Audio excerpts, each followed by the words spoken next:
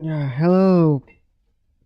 It is far too late to be doing this. I should not be doing this. But the problem is, the later you watch a TV show, the more tired you are. It just is longer to do this. Anyway, I just watched the season opening, the first two episodes, Dos Cerritos and Shades of Green of season 5 of Lower Decks. I enjoyed it. Pretty subversive, actually. A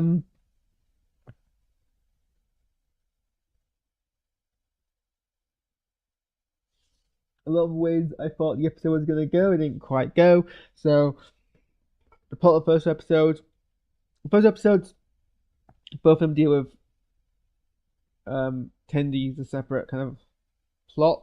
So maybe we should talk about Tendi first. In the first episode, she's paying off her debt that she established last season, and is being a pirate, but a pacifist pirate, which initially is like getting on the nerves of her crew. And you think it's because of traditionalists. And you think maybe the resolution is either going to be her convincing them that I've lost my what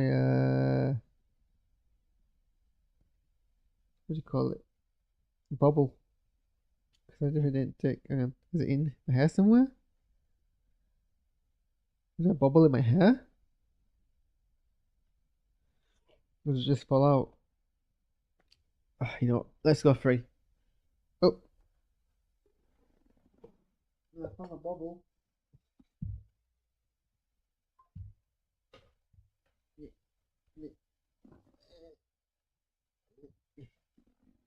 There we go. Found the bubble. Alexa, volume 0. Forgot to mute that. Oh, this was already mute that as well. Okay. What are we talking about? So yeah, the first episode basically spoke about. Oh god, see, this is what happens when you do a video reaction at 10 to 1 in the morning. Tendi's plot in the first episode, you think it's gonna go the direction of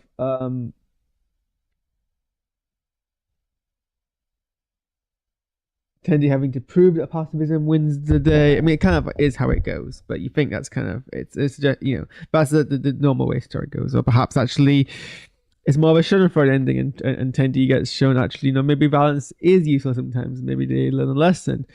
But the twist is actually that the reason why her crew are so pro-violence is actually because they want to not be violent. They want to go live their dreams and be free, but they think that the only way to do that is by being this vicious pirate who can then demand their freedom, which is a very interesting twist. And the idea of like being the thing you hate until you can get the thing you can achieve is actually a very kind of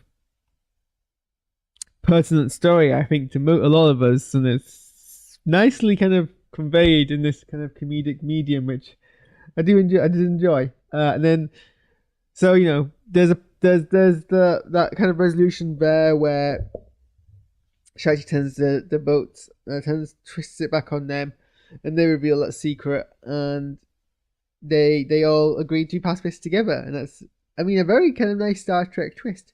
Unfortunately, it means that the Blue Orions declare war on them, and now Tendi doesn't feel like she can leave. So the next episode is dealing with that. Apparently, some time has passed. The war has been going on, or the skirmishes, and the Orion Queen is like, this is bad for the economy, essentially.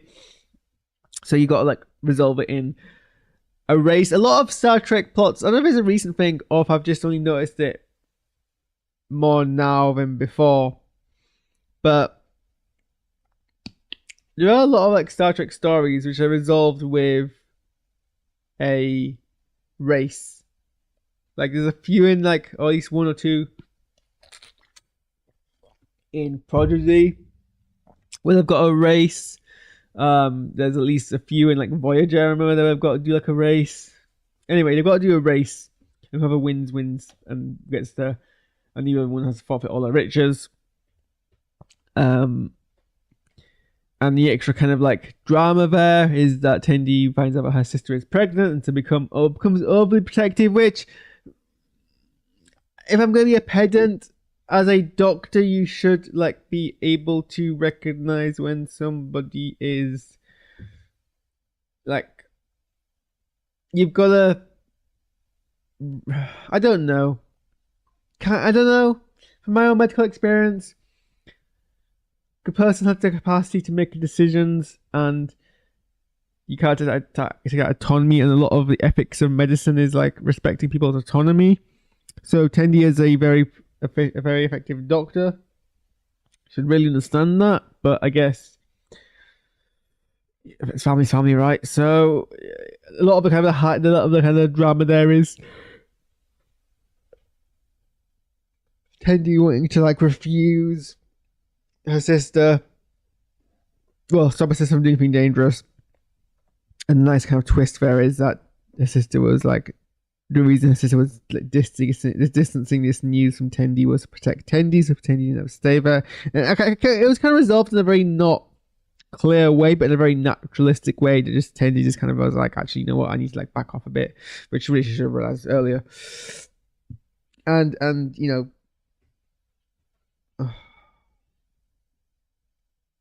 my cat's stealing the catnip. River, I can hear what you're doing. If I ever stand up and come stop you, I'm going to be very upset.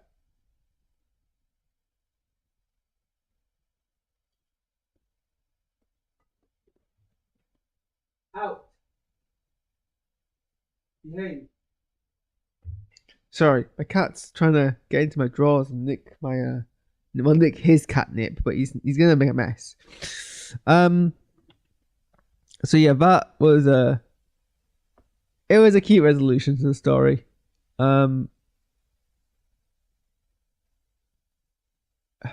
Would I have preferred more prolonged growth? Perhaps. I'm not gonna lie. I kind of forgot that that's where Tendi left last season until the episode started. And I'm like, oh yeah, she did that whole like noble sacrifice of her career thing, which after and then immediately is now like kind of being undone because she's paid off her debt. She's returned back to Starfleet, and that's presumably the end of that.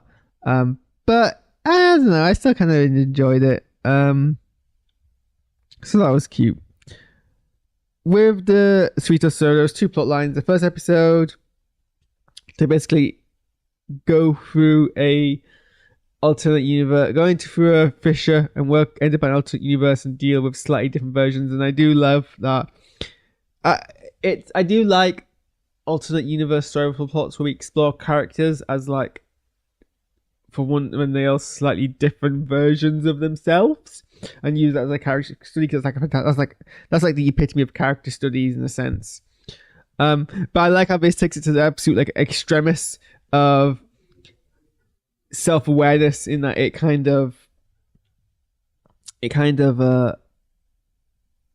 lampshades that these are like very minute differences, like all these people are slightly different, and it kind of plays around that subject a lot. Establishes that if you were to meet your identical version but slightly different, for everyone except Boimler, they would absolutely detest each other and almost immediately come to blows and like not, you know, the complete opposite of the whole, oh, you'd be brilliant at working with yourself. I mean, it has been done before. People have done the thing where they've got like they've cloned themselves and they've immediately kind of clashed with themselves. It's not a new concept. But I do like the way that obviously Lower Decks portrays it in a very kind of Lower Decks fashion, just the whole like conflict. But we're still exploring these characters like differently. It's weird because like it's not like for like they seem to be some ages but slightly more progressed. I don't know if it was intended to be a slightly future version, slightly future alternate version of a Cerritos. Everything seems a bit more mature, but maybe that's because of different circumstances. But it's fun. It's nice. I like that they did the doppelganger switch plot, but like it wasn't driving force of the plot. That was like right at the end, like a last minute kind of third arc drama, but like everyone pretty much immediately realized that something was wrong. Because the whole like swap doppelganger miscommunication drama thing can get very tiring, and I have little patience for it. So I like that that wasn't particularly like the massive part of the plot. It was just like a little joke at the end. It's kind of like a refreshing kind of like chill take on it. But I think there's actually some meaningful kind of like character studies from the main characters and how they're. And it also has lasting impact, at least on Boimler. Like Boimler was the most impacted by meeting the doppelganger, and it's affected their character decisions in the next episode. And like we've got this clearer sense of progression arc, and it feels like a much more mature show. And I remember how much I hated this show in its first season because I hated it personally. Like I didn't think it was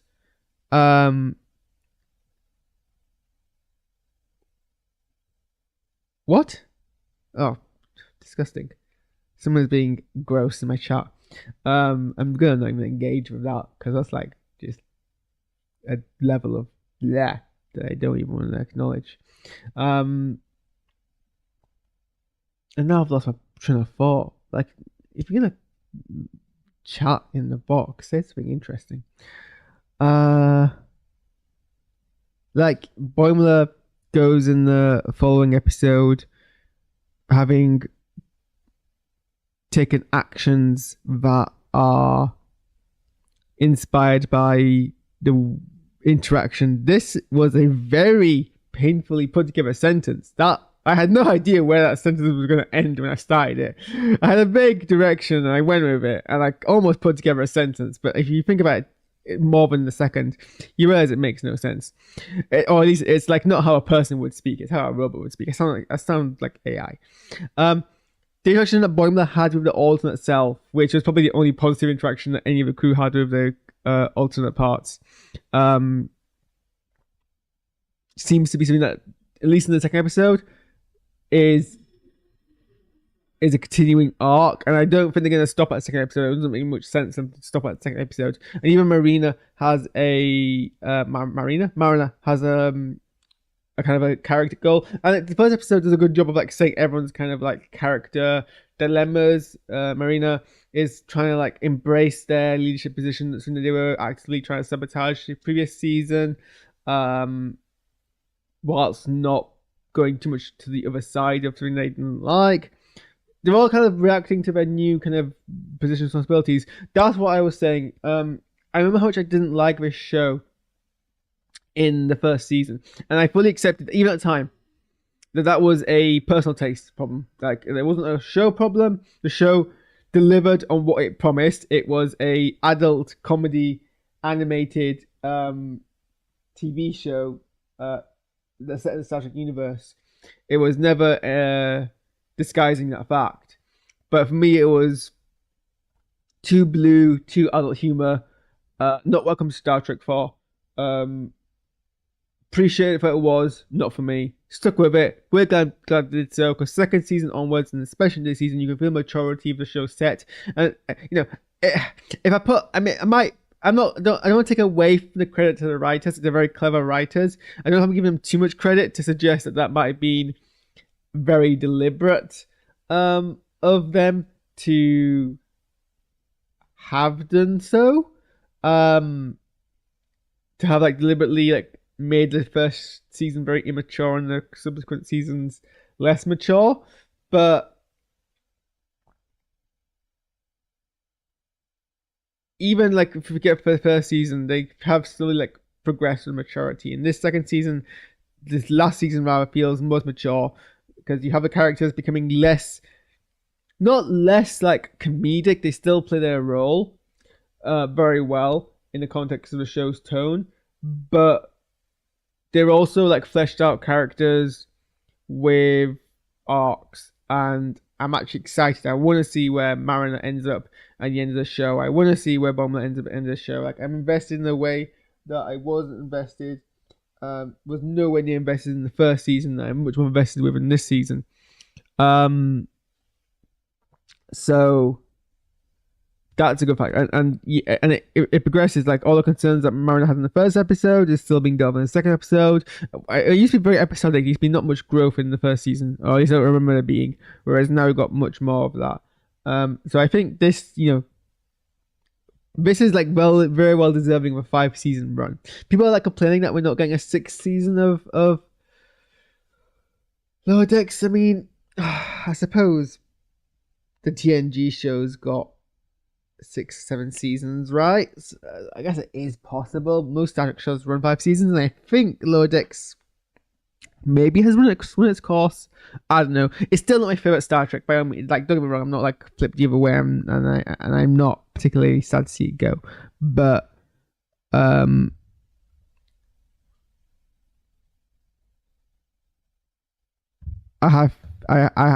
glad it stuck for a long run for as long as it did, and I'm excited to see where the characters go.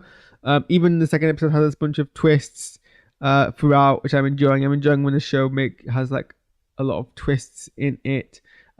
Obviously, I love how I just love whenever Star Trek is just like obliquely and ashamedly anti-capitalist. That just always brings a smile on my face because, yeah, capitalism is bad.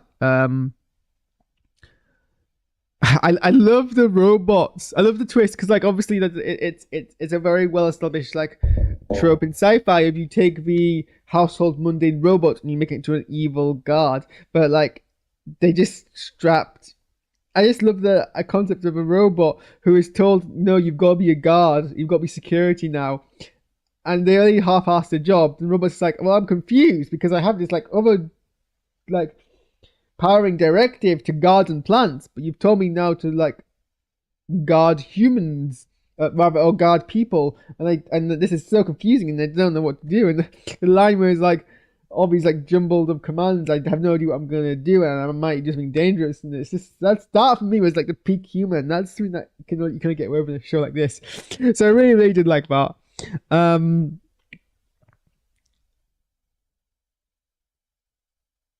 hope the pointers doesn't stick. That annoyed me, but that was a minor gripe. Self like humor is really funny. The whole like, the jokes are so good. The whole thing of, oh no, we need like to avoid Starfleet, we need to like go off the grid, and it's like you're basically saying you live in a post-communist, post-capitalist commune.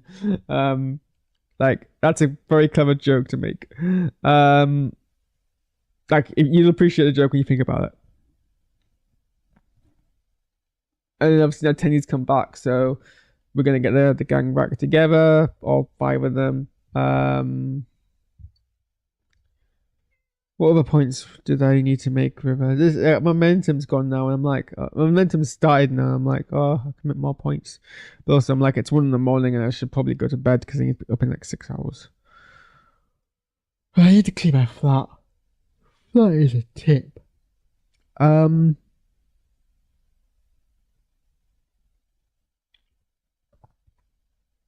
Was there anything else in this episode to bring up? I don't know. I was feeling very sentimental. So at the end of the episode, I got a bit teary when they all reunited. I don't actually know entirely why. But it gave me a nice kind of bittersweet feeling. Maybe I was just feeling sad for myself. Any final points you want to bring up, River, about the episode? Or are you just gonna chill there? Nope, nothing from River. That's all from me. Today is technically Friday, which is Agatha All Along Day, but I'm going to a wedding. Well, I'm going to a wedding reception, but it's probably the first wedding invite I've ever actually gotten that's been outside my family. So I'm kind of excited, and I'm going there. Oh, and I'm wearing my Starfleet uniform because the people who are getting married, one of them's a D&D player that I play with.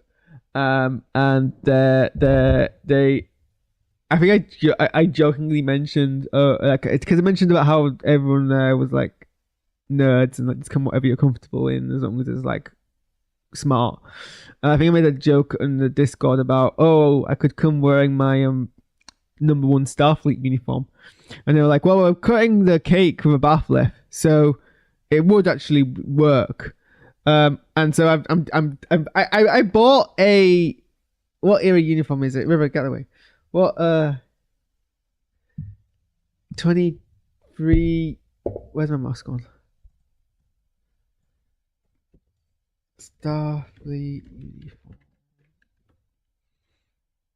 It's a 2370 era number one Starfleet uniform. I bought it 2017 at the 50th anniversary Star Trek convention in Destination Star Trek in Birmingham, off a random cosplayer who was cosplaying as Data. I bought it off him, and I've never worn it because I've never had a reason to wear it. I think it's just been hanging up in my wardrobe for 7 years. I don't actually think I've ever tried it on.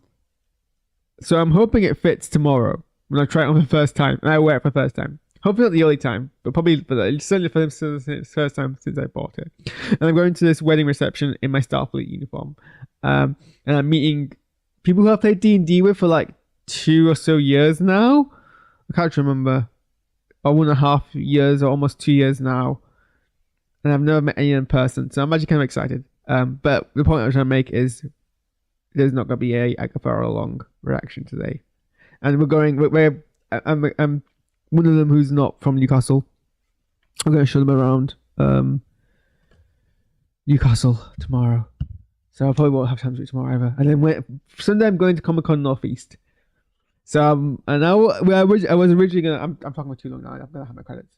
Well, originally I was gonna go and meet Christina Chong, who is in Strange New Worlds, but she pulled out, and also so did